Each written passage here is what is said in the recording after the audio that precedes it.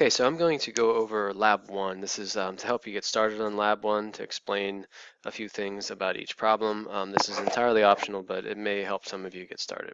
Okay, so let's look at our first problem here. Feel free to press pause and read the problem, but basically, excuse me, this is a sample energy audit, so we have some equipment, that you might have at home, air conditioner, light bulbs, TVs, and so forth. The power use of that piece of equipment, how many hours a day you use it for, how many days a year you use it for these hours per day. And then ultimately what we're trying to figure out here is how much energy we're using. And just to make it a little easier, I start with watt hours per year and then kilowatt hours per year, and then ultimately how much is that going to cost us, okay? So the formulas here are pretty simple. We have, remember, energy use is just power times time. So if we want to know watt hours per year, we just need to multiply the watts times the hours per day, and then in order to get it to hours per year, we need to just multiply it times days per year. So I'm just going to go in here and click equals to start my formula, and you can either use your mouse to click, so you can say that and then multiply using the asterisk, and multiplied by that, and then just hit enter. Okay, there you go.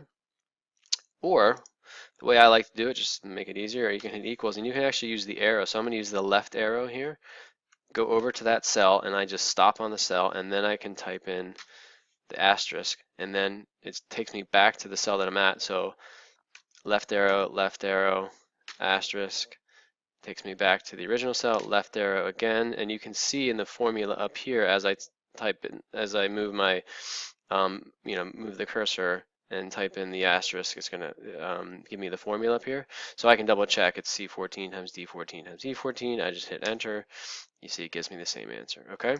Now I need to convert from my watt hours per year to kilowatt hours per year, which there's 1,000 watts in a kilowatt, 1,000 watt hours in a kilowatt hour. So again, equals this cell divided by this.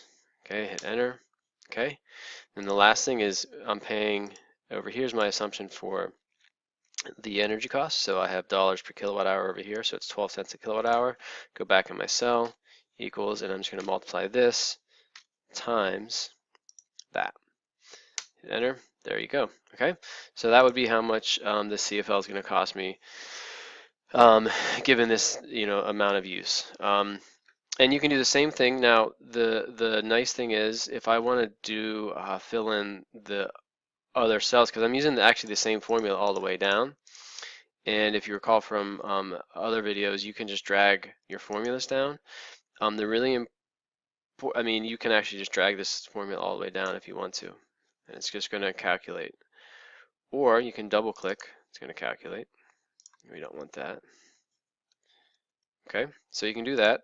You can do the same thing here. Just remember, if you're going to do that for this one, then remember you have to use your absolute reference to this cell over here.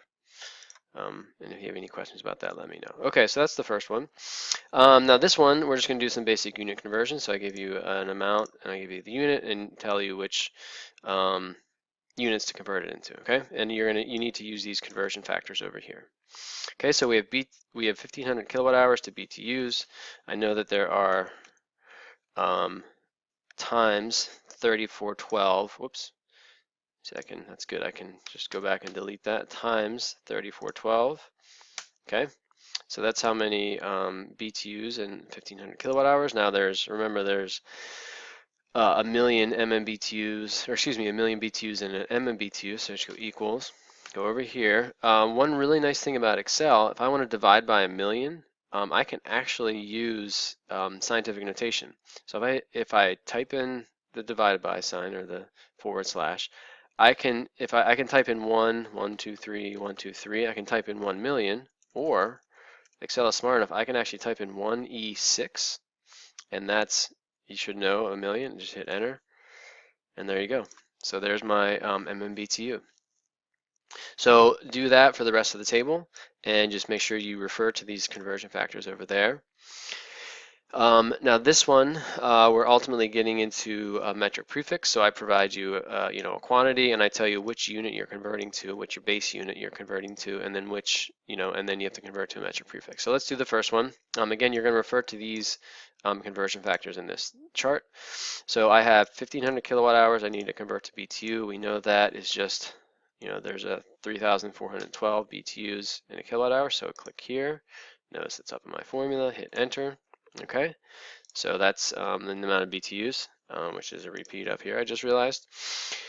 Okay, now I want to express this as a metric prefix, so I already know that it's going to be this. But what I need to use a formula to, actually no, you don't need a formula, just type it in. Okay, so in this case, you're actually going to type it in by hand. And as I indicate here, round to 2 decimal places in the metric prefix column. So you can, scratch it out on paper, whatever you need to do.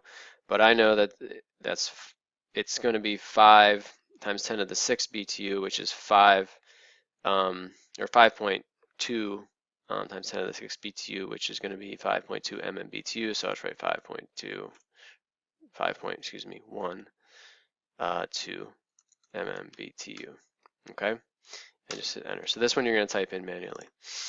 So I'll do this one just so we have a different example. So I know that my CCFs to BTUs, there's 102,500 BTUs in a CCF. So I'm just going to multiply it times this number.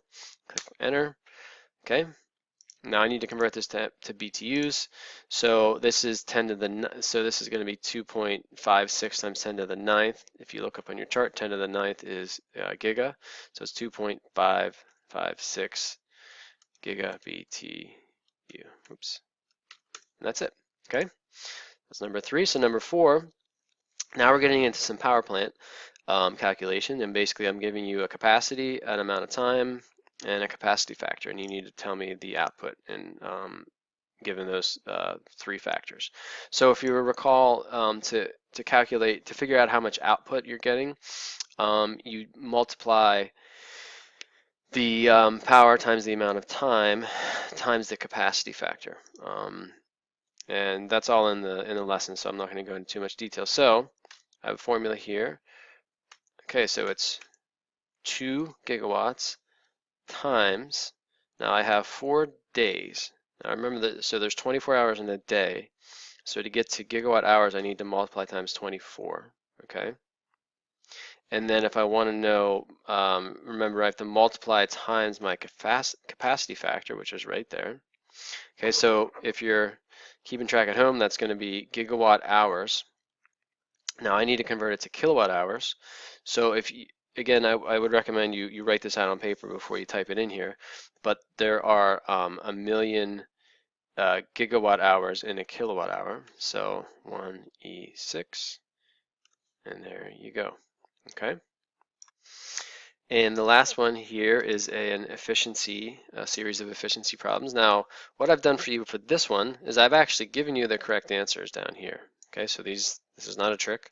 These are the correct answers. I noticed that if you look here, I don't actually give you the formula though, so you have to figure out the formula. But these ones are a little bit tougher, so I figured I'd give you some help. Okay, so I need my efficiency. So if you recall, efficiency, if you remember from the triangle, efficiency is output over input. Now you're going to have to do some unit conversion here. So again, I suggest that you write this down on a piece of paper if you have to. So my efficiency, remember, is output over input. So it's equals my output. I'm going to convert this to a common unit. This is in kilowatt hours, so I know that there's 3,412 kilowatt hours, BTUs in a kilowatt hour. So I can either type it in or I can go up and click on my number up here. Okay. And then I'm dividing it by my output, which is right, or my input, which is right here. That's in BTUs, so that should give us the right answer. And there you go. Okay, so that's how I calculate the efficiency. Now you're going to have to use your efficiency triangle, and rearrange it a little bit to figure out, the output and the input. Okay, so hopefully that helps you get through Lab 1.